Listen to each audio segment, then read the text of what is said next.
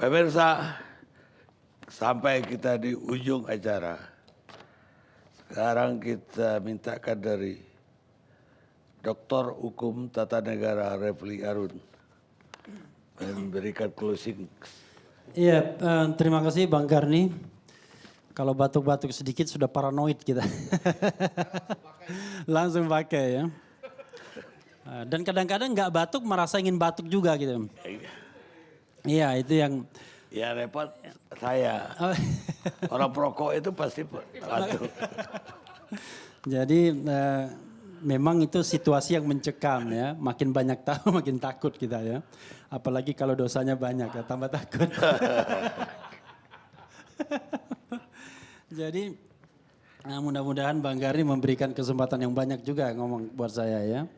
Pertama adalah kita harus sepakat dulu dalam hal-hal ini ya.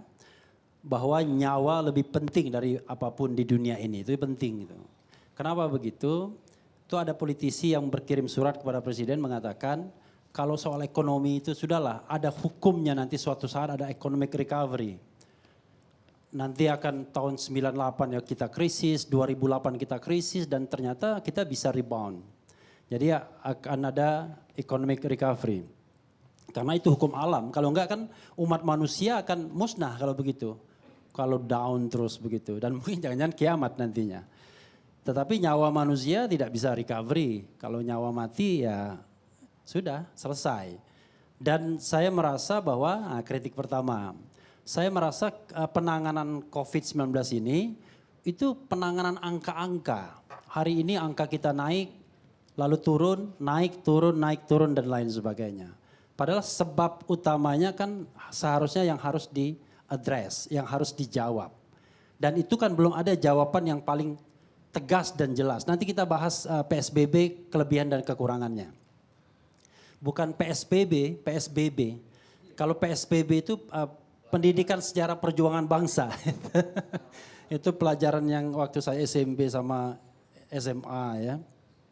Kemudian yang kedua, kita juga harus sepakat bahwa yang namanya negara, terutama pemerintah, ya, itu punya tugas konstitusional. Pertama untuk melindungi rakyat Indonesia dulu, baru mensejahterakan, baru mencerdaskan, baru ikut perdamaian dunia. Jadi melindungi itu adalah at the first place. Jadi at all cost harusnya kita berpikir untuk melindungi itu. Itu stand-nya dulu. Kemudian tadi juga dikatakan salus populi suprema lex esto. Jadi memang hukum tertinggi itu adalah keselamatan jiwa. Itu melebihi segalanya. Nah, kalau itu kita sepakati, maka kemudian langkah-langkah pemerintah harusnya mencerminkan hal seperti itu. Harusnya begitu. Ya, nanti kita lihat.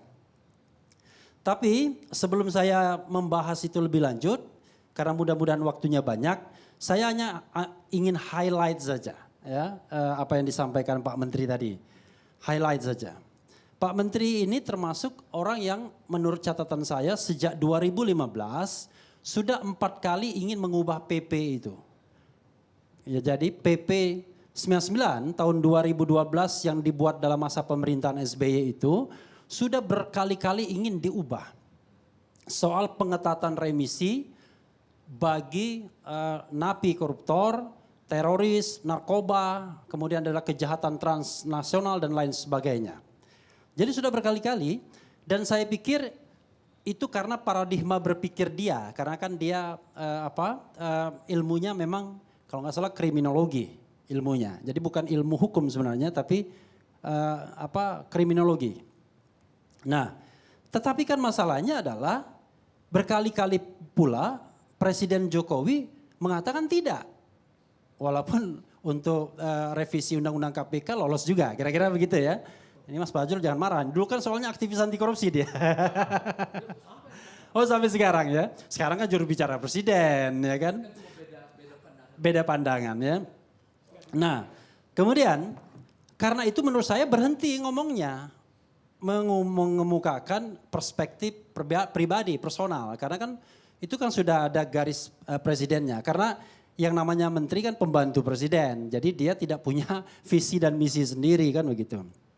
Yang kedua, tadi ada pernyataan yang menurut saya sangat menarik soal justice collaborator GC yang katanya, wah udahlah, if you don't have any money, ya nggak akan dapat GC. Wah ini pernyataan yang sangat serius menurut saya yang disampaikan oleh seorang menteri. Bayangkan coba, dia membawahi lapas, ya kan, yang merupakan otoritas dia, kewenangan dia, dan dia memberikan statement. Kalau Anda nggak punya uang, Anda nggak dapat GC. Oke, orang tahu semua itu fakta, tetapi kan mestinya diselesaikan, ya kan? How to solve the problem, itu yang jadi masalah kan, tidak pernah diselesaikan. Kemudian, dia juga mengatakan lapas itu overload, ya kan? Pemerintah nggak ada duit lah. Ini kan masalah yang dari dulu, nggak ada, bukan hanya COVID saja. Saya juga pernah ke lapas itu waktu itu ada ngikutin menteri dan wakil menteri gitu. Memang juga banyak, terutama lapas narkoba, karena kita pendekatannya aneh. Pemakai itu mestinya direhabilitasi, tapi tempat rehabilitasinya nggak ada. Saudara sepupu saya di kampung, ya kan, mungkin orang kampung nggak ada kerjaan, pernah narkoba, pengangguran, nggak ada duitnya, tapi kena juga 10 juta ketika harus direhabilitasi di Lido. Coba bayangkan, dia pinjam kemana-mana. Nah itu yang menjadi persoalan. Karena itu menurut saya, ya ini juga harus diadres, dijawab. Overload ini kan masalah laten, masalah yang terus-menerus ada dari masa pemerintahan ke pemerintahan berikutnya. Lalu kapan kita menyelesaikannya? Kalau seandainya kita mengatakan nggak ada uang di sini, tapi ada uang di sana, itu masalahnya kan. Saya nggak bicara pemindahan ibu kota loh. Kemudian,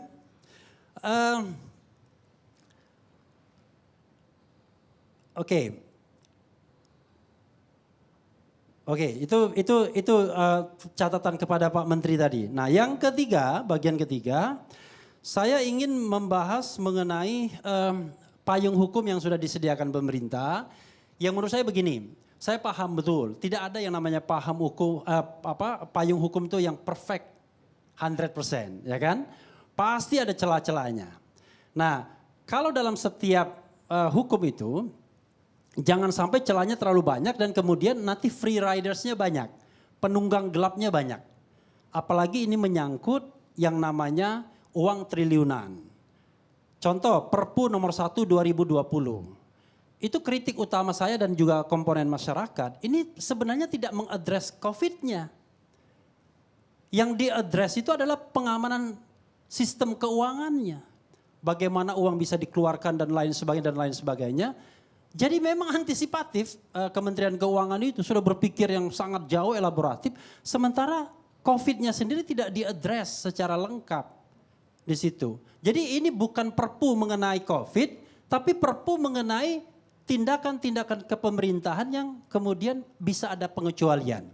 Kalau kita membaca Omnibus Law, Bang Karni, nah ini Omnibus Law juga ini sebenarnya.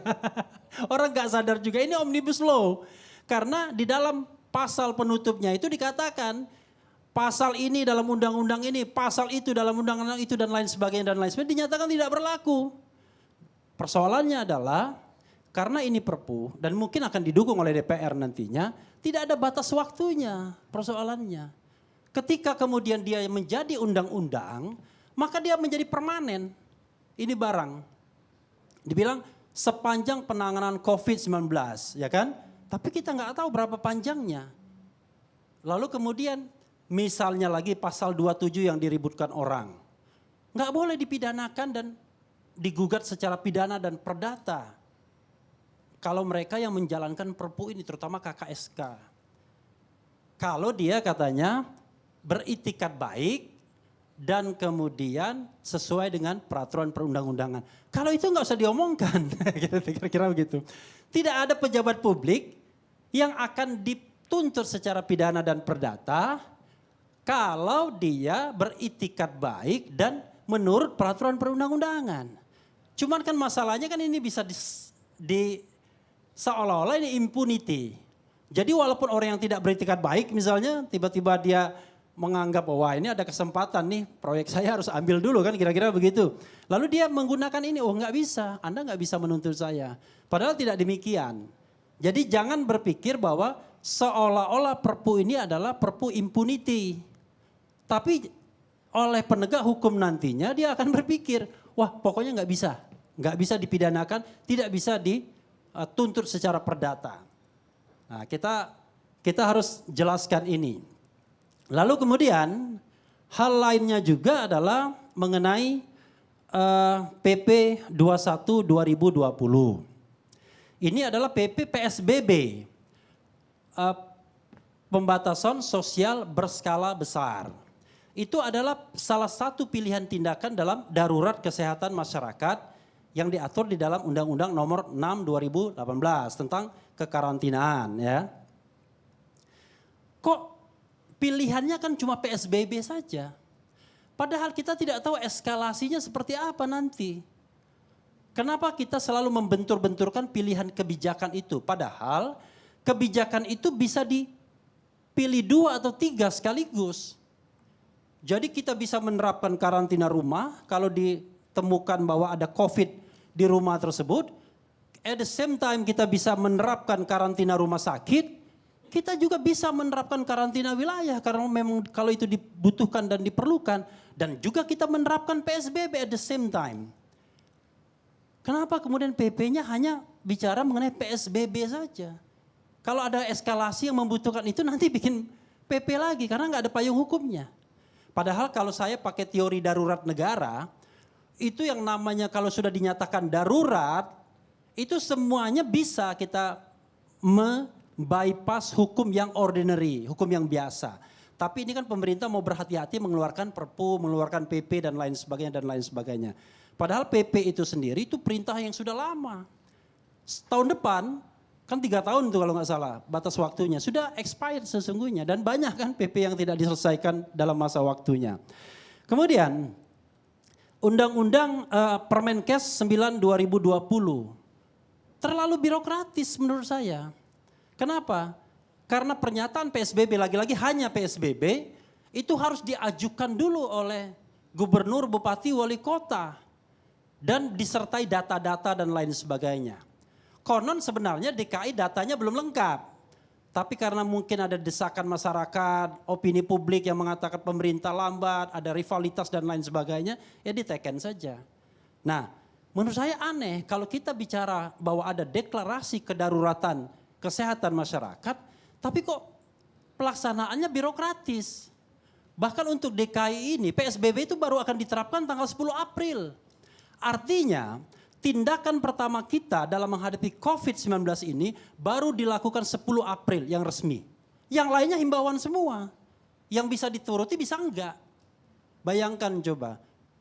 Yang namanya virus ini sudah berkeliaran kemana-mana. Tapi tindakan resmi pemerintah pusat dan pemerintah daerah baru akan diambil 10 April secara faktual. Kalau peraturan perundang-undangan oke, itu kan baru dasar hukum atau baru payung hukum. Jadi baru 10 April coba bayangkan. Padahal angka yang mati sudah banyak, yang terpapar juga sudah banyak. Gitu.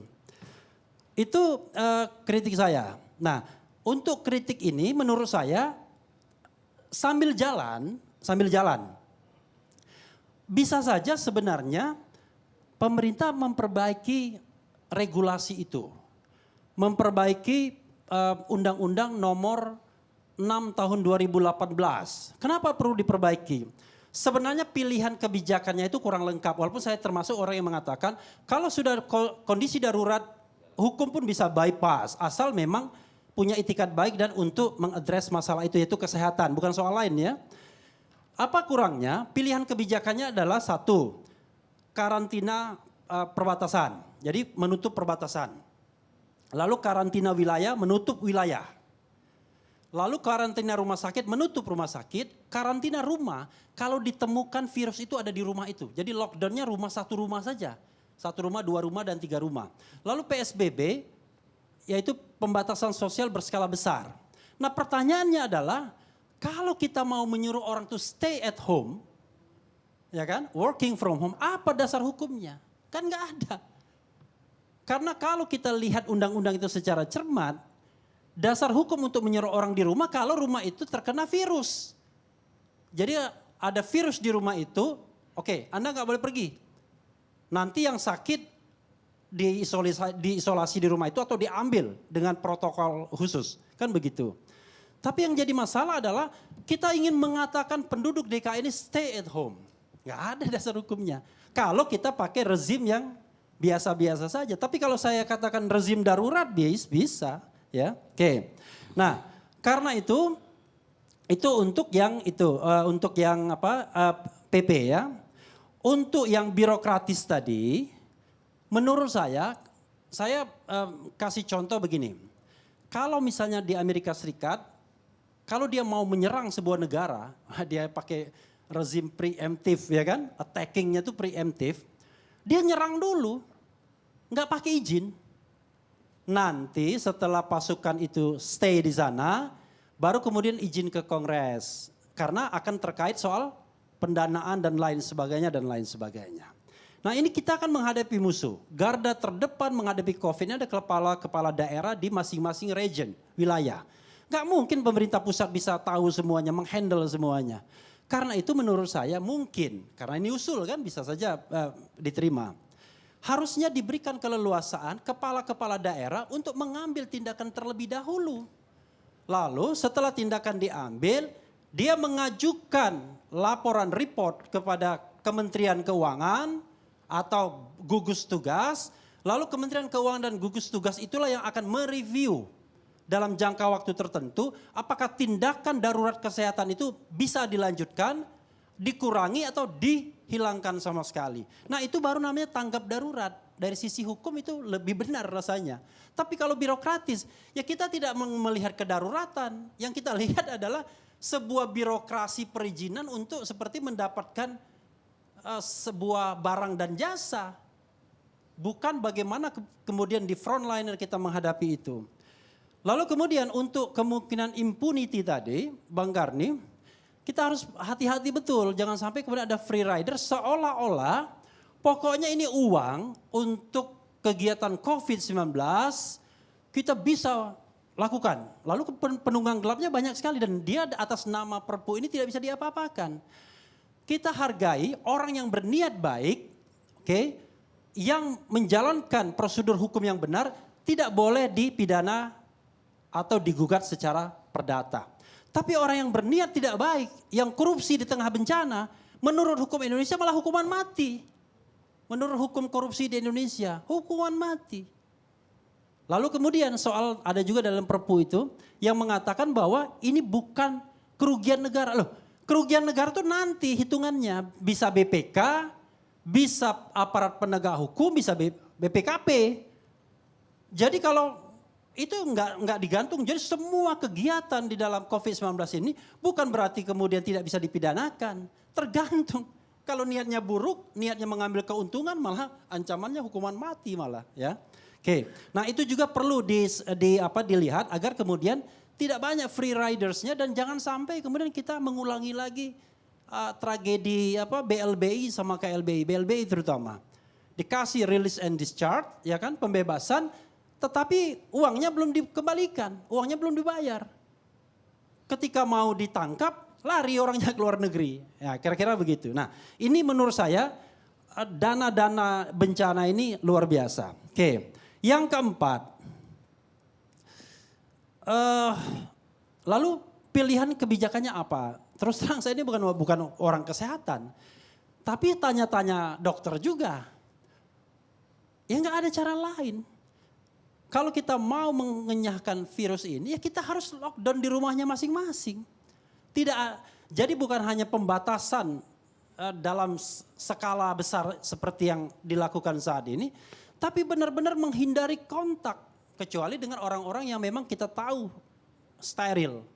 Contoh misalnya, kita punya kemampuan ekonomi, kita bicara address dulu masalah COVID-nya. Kita punya kemampuan ekonomi bertahan sampai 1 tahun, 2 tahun, 3 tahun.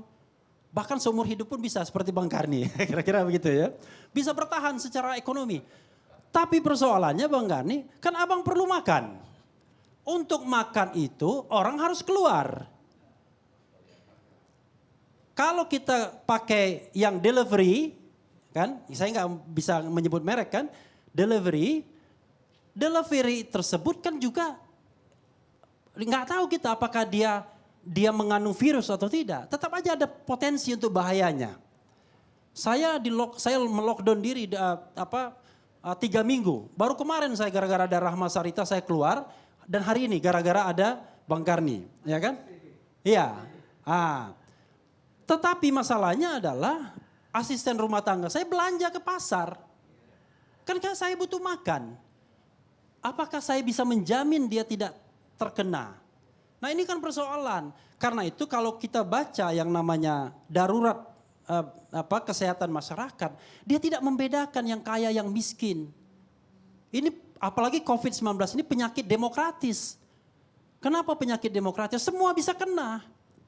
Mau kaya, mau miskin, mau pejabat, mau powerful, mau tidak ada powernya, semua bisa kena. Mulai dari mulai dari menteri, dan lain sebagainya, semua.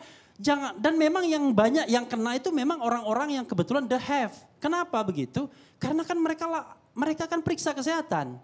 Sementara orang yang bawah ini kan nggak periksa kesehatan, makanya nggak merasa kena, nggak pernah tes. Dan mereka menganggap begitu panas-panas sedikit, udah pakai obat-obat biasa saja. Jadi karena itu menurut saya, bisa nggak pemerintah memberikan, katakanlah dalam rangka perlindungan konstitusional itu, memberikan skenario yang kira-kira memberikan harapan. Oke, kami akan lakukan lockdown rumah, Anda tidak boleh ke rumah, kami akan pasok kebutuhan makan, kebutuhan pokok Anda semua seperti yang diperintahkan oleh Undang-Undang Nomor 6 2018 selama 14 hari ke depan. Jadi yang bisa berkeliaran itu hanya seperti kata undang-undang adalah petugas kekarantinaan. Lalu kemudian dibantu aparat dan pihak-pihak terkait. Termasuk jubir presiden juga nggak boleh keluar, ya kan, karena bukan pejabat yang ditunjuk di dalam undang-undang itu. Karena bisa saja kan Mas Fajrul menyebarkan bibit penyakit juga, dia kemana-mana kan kontak orang terus dia. Kita nggak tahu. Nah menurut saya, ya saya himbau, coba cari kira-kira yang paling membuat masyarakat punya harapan. Saya berharap bahwa ya lockdown rumah itulah, tapi pemerintah hanya jangan memerintah saja, jangan menyuruh saja. Harus juga menjalankan kewajiban undang-undang, yaitu menyediakan bahan pokok selama proses staying at home, baik bagi yang kaya maupun yang miskin. Cuma kalau pemerintah mengatakan, mana sanggup kami, database-nya susah dan lain sebagainya. Paling tidak kita mulai, dan yang kaya, seperti Bang Karni misalnya, dia harus membayar. Iya kan? Tapi dengan harga yang wajar. Jadi dia disuplai juga. Tapi kalau kita berkeliaran seperti ini, membeli di pasar-pasar tradisional, di mal-mal dan lain sebagainya, nggak ada jaminan kita tidak terkena. Itu saja Bang Karni dan bapak-bapak semua. Wabillahi taufiq wal hidayah. Wassalamualaikum warahmatullahi wabarakatuh. Iya, kenapa contohnya saya terus? Kan hostnya kan Bang Karni, masa udah Effendi. Harusnya Pak Jurul. Pemirsa, selesai juga diskusi kita. Badai semakin kencang dan buktinya kencang itu PSBB keluar malam ini. Kalau nggak bagi kencang nggak perlu keluar kan. Pemirsa, apapun juga tugas utama dari pemerintah itu adalah melindungi rakyatnya, bukan mengatur hidup rakyatnya. Itu kata Ronald Reagan. Kita ketemu ILC yang akan datang.